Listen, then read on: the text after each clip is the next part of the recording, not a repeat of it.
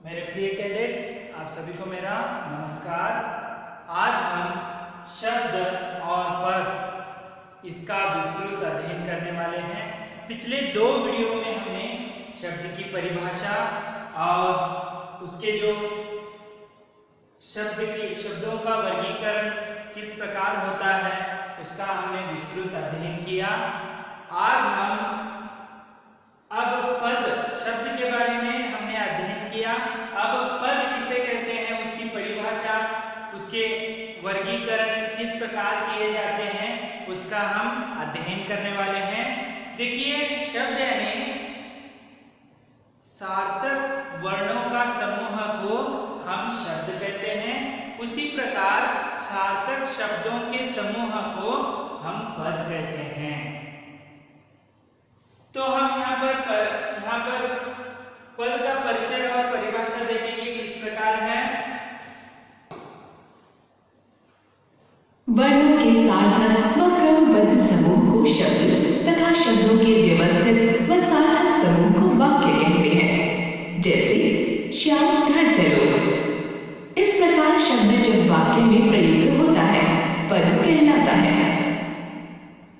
तो यहाँ पर पद यानी जो वर्णों की सार्थक व क्रमबद्ध समूह को हम शब्द कहते हैं, यानी सार्थक शब्द वर्णों के समूह को शब्द कहते हैं।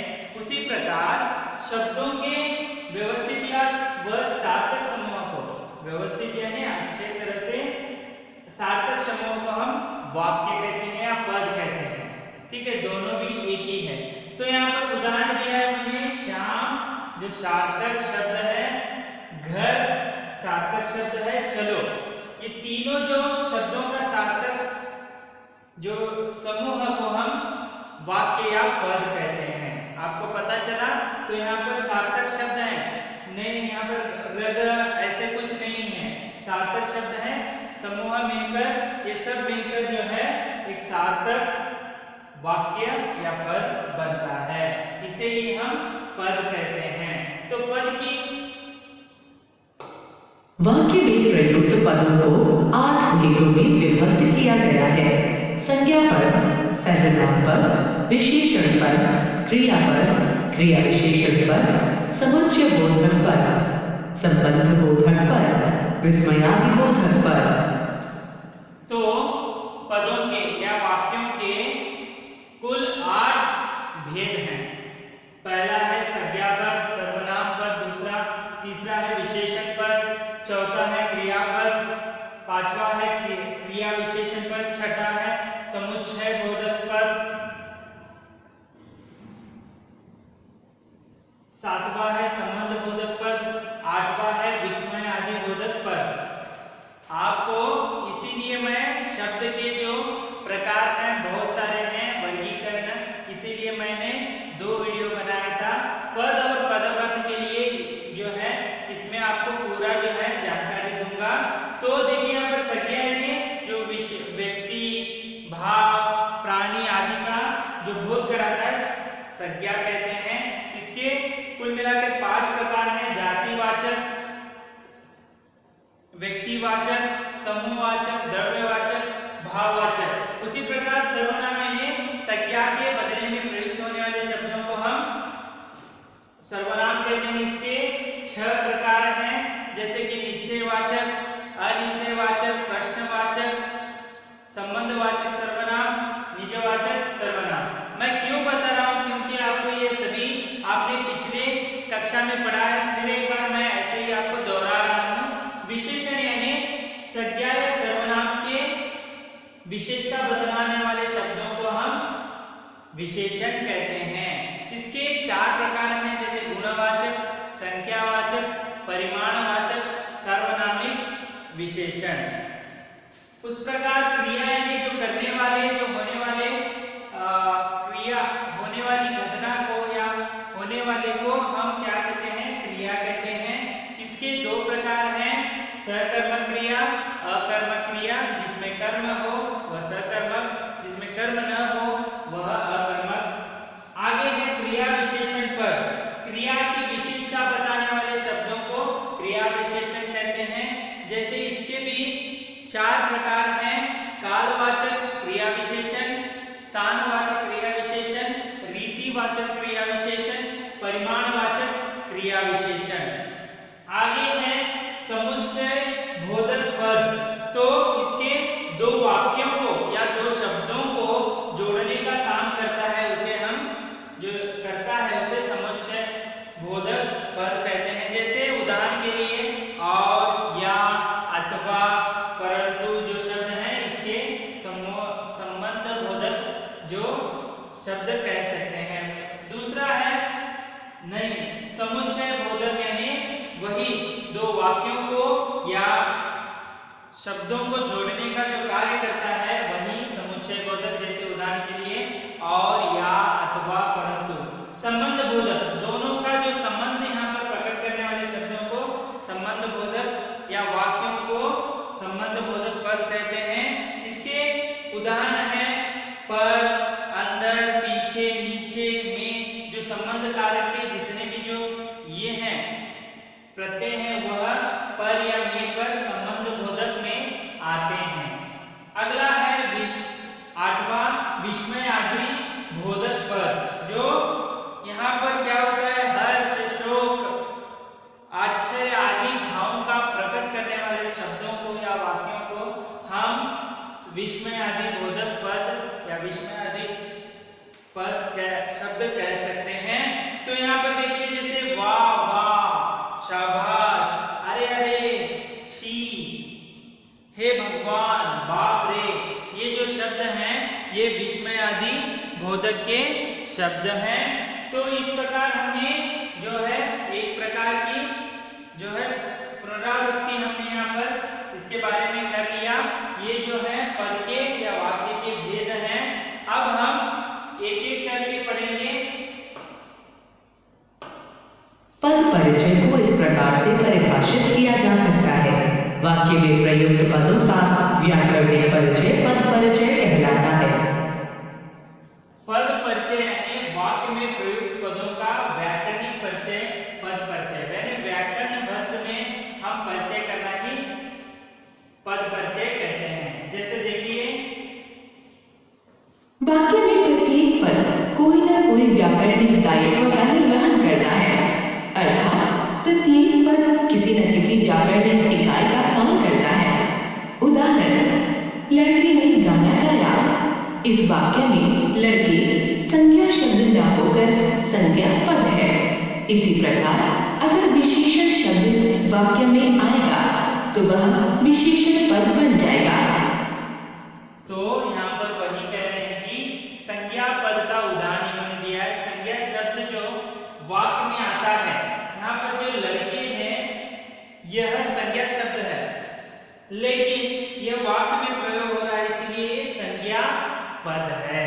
तो देखिए लड़के ने गाना गाया, तो आपको ध्यान में रखना है कि यह वाक्य में या पद में प्रयुक्त होता है, इसीलिए संज्ञा पद या वाक्य हम कह सकते हैं। क्योंकि यहाँ पर लड़के जो हैं यह संज्ञा शब्द है। आपको समझ में आया होगा। सर्वनाम वैसा ही है, उसने गाना गाया, यानी यहाँ पर ये सर्वनाम पद हो जाएगा। इस प्रकार जो है आपको पद का जानकारी मिल गई है। अब हम वाक्य में प्रयुक्त शब्द के पद बन जाने का कारण है इसका व्याकरण के नियमों में बंध जाना। लिंग, वचन, कारण आदि के कारण शब्द के रूप में परिवर्तन आ जाते हैं। अतः कहा जा सकता है कि वाक्य में प्रयोग होते ही शब्द पद बन जाते हैं और व्याकरण के नियम अनुसार बदल जाते हैं। देखिए यहाँ पर क्या कहा है, नियम में बंधन जाना, यानी नियम में बंधन होते हैं। जैसे लिंग, वचन, कारण आदि के कारण शब्द के रूप में परिवर्तन आ जाता है। लिंग हो, वचन हो। जैसे यहाँ पर देखिए लड़की जो है स्त्रीलिंग है, गीत गाती है, यहाँ पर एक वचन गाती, वही लड़का है तो लड़का गीत गाता है, एक वचन का शब्द गाता गाती है। वही बहुवचन में परिवर्तन किस प्रकार वाक्य परिवर्तन होता है, देखिए जैसे लड़के गीत गाते हैं, लड़के जो है पुल्लिंग है, गाते जो है बहुवचन, गाती या गाता एक वचन है, इसका बहुवचन गाते या गाते ही होता है। इस प्रकार जो है लिंग वचन कारक के अनुसार जो है वाक्य में पद में परिवर्तन आता है। अब हम पदबंध परिभाषा। जब पदों का समूह मिलकर एक ही व्याकरणीकरण इकाई का कार्य करे तो उसे पदबंध कहते हैं। तो पदबंध की परिभाषा इस प्रकार है, जैसे शब्द सार्थक शब्द का समूह मिलकर क्या होता है, पदबंध। यहाँ पर शब्दों का जो सार्थक शब्दों का समूह को हम पद कहते हैं, और यहाँ पर पदों का समूह को हम सार्थक पदों के समूह को हम क्या कहते हैं, पदबंध। जैसे देखिए जब पदों का समूह मिलकर एक ही व्याकरणिक इकाई का कार्य करे तो उसे पदबंध कहते हैं। यानी पदबंध यानी पदों का समूह होता है, यहाँ पर सार्थक पदों का समूह। समझ में आया? वर्णों का समूह है तो शब्द होगा, शब्दों का समूह है तो पद होगा, पदों का समूह है तो पदबंध होगा। अब हम पदबंध के भेद जानेंगे। वाक्य में प्रयुक्त पदबंधों को 5 भागों में विभक्त किया गया है। संज्ञा पदबंध, सर्वनाम पद, विशेषण पद, क्रियापद, क्रिया विशेषण पद। तो पदबंध के कुल मिलाकर 5 पदबंध हैं, जैसे संज्ञा पदबंध, सर्वनाम पदबंध, विशेषण पदबंध, क्रिया पदबंध, क्रिया विशेषण पदबंध। यानी पदबंध यानी वाक्य में संज्ञा का प्रभाव ज्यादा होता है, एक से अधिक आते हैं। उसी प्रकार सर्वनाम के, विशेषण के, क्रिया के और क्रिया विशेषण के, ऐसे जो शब्द हैं इनके वाक्य में ज्यादा प्रयोग होते हैं, उन्हें हम संज्ञा पदबंध या सर्वनाम पदबंध, विशेषण पदबंध ऐसे कहते हैं। तो हम एक एक करके अब उदाहरण सहित हम इसका विवरण करेंगे, जो इस प्रकार है। संज्ञा पदबंध। वाक्य में संज्ञा का काम करने वाला पद समूह संज्ञा पदबंध कहलाता है।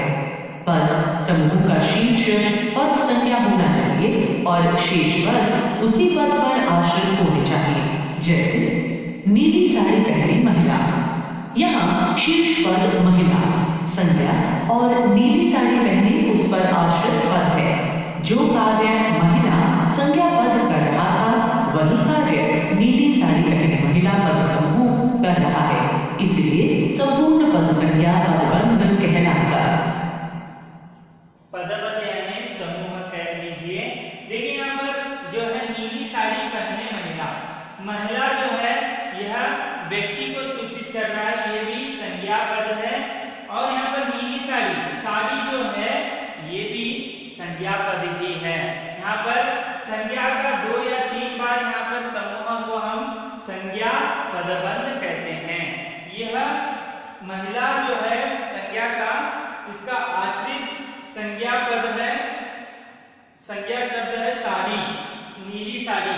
तो यहाँ पर 2 से अधिक जो संज्ञा के शब्द आएंगे तो पद में, तो वह संज्ञा का पदबंध कहलाएगा। आपको याद आना है कि संज्ञा के वाक्य में जो है संज्ञा के शब्द ज्यादा आएंगे तो 1 से अधिक आएंगे तो उसे वह संज्ञा पदबंध बनेगा। आगे हम सर्वनाम पदबंध देखेंगे। सर्वनाम पदबंध। सर्वनाम का काम करने वाला पद समूह सर्वनाम पदबंध कहलाता है। यह शीर्ष पद सर्वनाम होना चाहिए।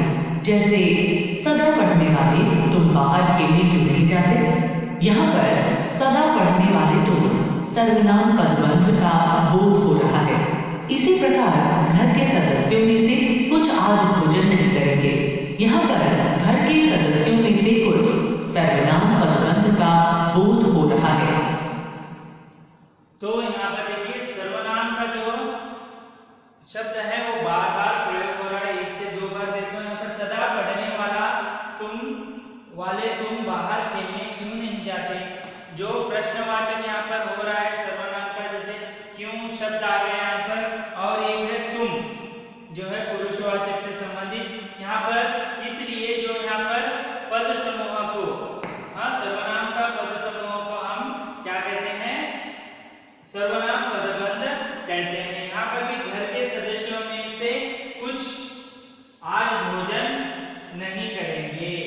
तो यहाँ पर कुछ भी है और सदस्यों से जो है ये सब जो है सर्वनाम के शब्द हैं जो बार बार एक से अधिक बार प्रयोग हो रहे हैं, इसीलिए ये जो पूरा पद का बंधन है यह सर्वनाम पदबंध कहलाता है। अब हम विशेषण पदबंध देखेंगे। विशेषण पदबंध संज्ञा पद की विशेषता बताने वाले पद समूह विशेषण पदबंध कहलाते हैं। यहाँ पर ध्यान देने योग्य बात है कि जब संज्ञा पदबंध में से पद छोड़ देते हैं तब विशेषण बनते हैं। जैसे मुझे सुंदर पतला लिखने वाली कलम चाहिए, यहाँ पर सुंदर पतला लिखने वाली विशेषण पदबंध का बोध हो रहा है। उसी प्रकार आजकल महात्मा गांधी जैसे अहिंसावादी सच्चे नेता कहाँ, यहाँ पर महात्मा गांधी जैसे अहिंसावादी सच्चे विशेषण पदबंध का बोध हो रहा है।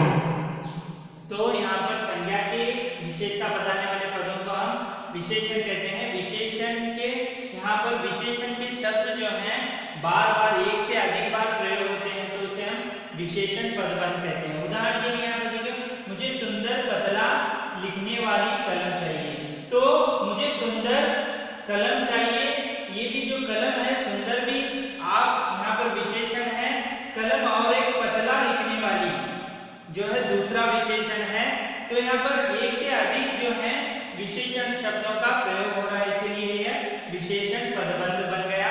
यहाँ पर देखिए, आजकल महात्मा गांधी जैसे अहिंसावादी सच्चे नेता नहीं है। अहिंसावादी जो है और सच्चे ये दोनों विशेषण हैं, तो यहाँ पर अहिंसावादी नेता भी कह लीजिए, सच्चे नेता भी कह लीजिए, दोनों जो है विशेषण एक से अधिक यहाँ पर विशेषण शब्दों का प्रयोग हुआ है वाक्य में, इसीलिए ये विशेषण पदबंध कहलाता है। आगे देखेंगे क्रिया विशेषण पदबंध। क्रिया पदबंध जब एक से अधिक पदबंध मिलकर क्रिया का कार्य करते हैं तो वे क्रिया पदबंध कहलाते हैं। जैसे वह हंसता हुआ खेल रहा है, यहाँ पर हंसता हुआ खेल रहा है क्रिया पदबंध का बोध हो रहा है।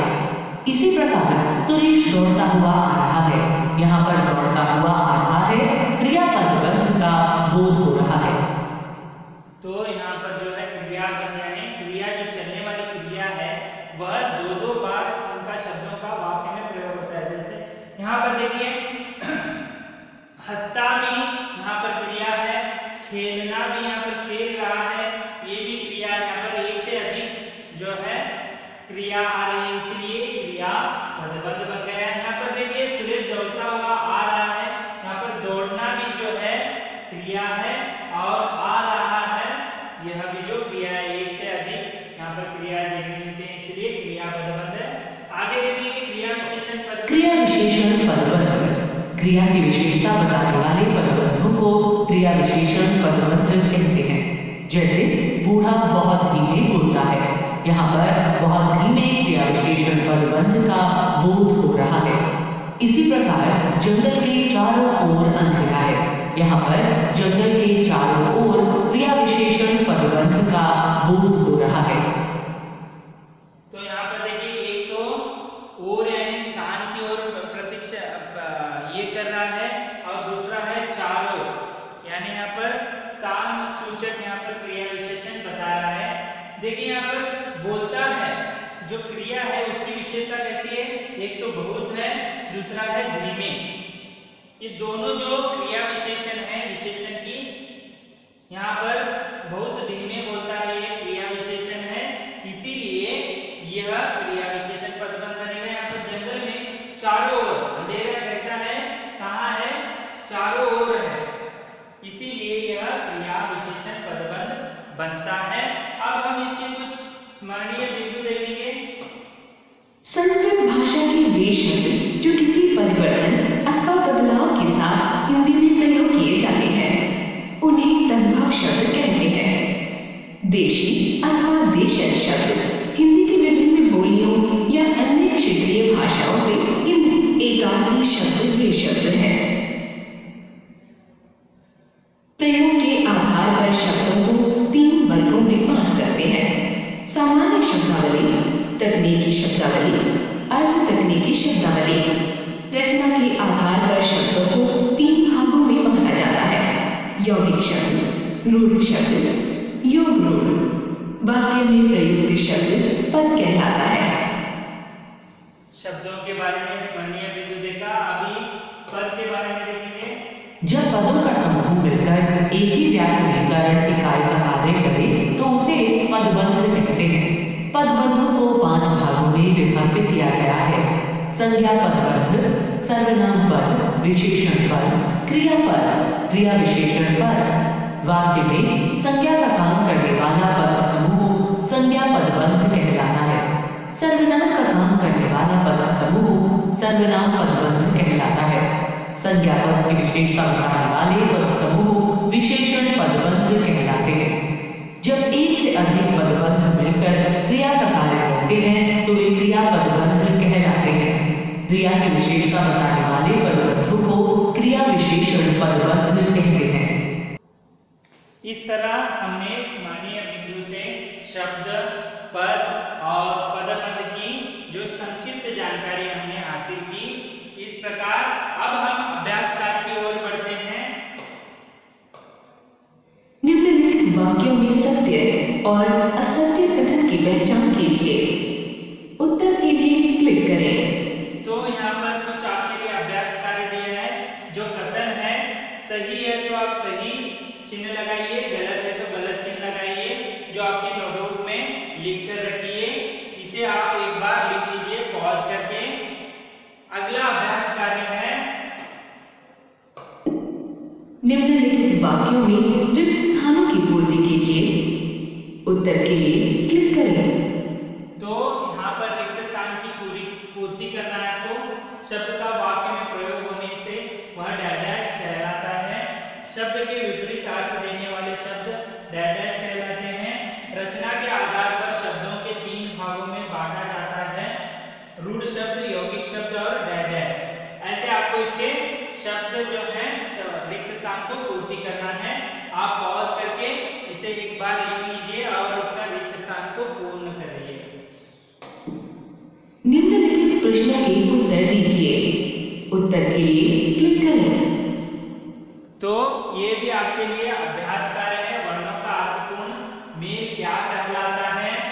2 शब्दों के योग से बनने वाले शब्द क्या कहलाते हैं?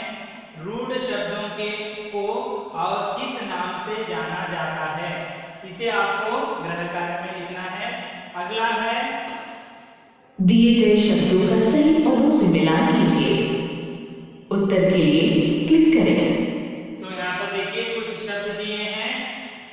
जो शब्द किसके हैं, जैसे तत्सम शब्द है, यौगिक शब्द है या योग रूढ़ शब्द है, आपको लिखना है। जैसे लाभ हानि, दशानन जो इस ब कक्षा वर्ग में है, और रसोई घर इसमें आता है। तत्सम शब्द जो है यहाँ पर दिया गया है, जैसे योग रूढ़ शब्द, उष्ट्र, विलोम शब्द, यौगिक। आपको ऐसे नोटबुक में जो है जोड़कर सही जो शब्द आता है उसके सामने उसे आपको लिखना है। इस प्रकार हमने शब्द, पद और पदबंध के विस्तृत अध्ययन के साथ अभ्यास कार्य को भी देख लिया। अगले वीडियो में हम अगले लेसन के साथ फिर से उपस्थित होंगे। तब तक के लिए धन्यवाद।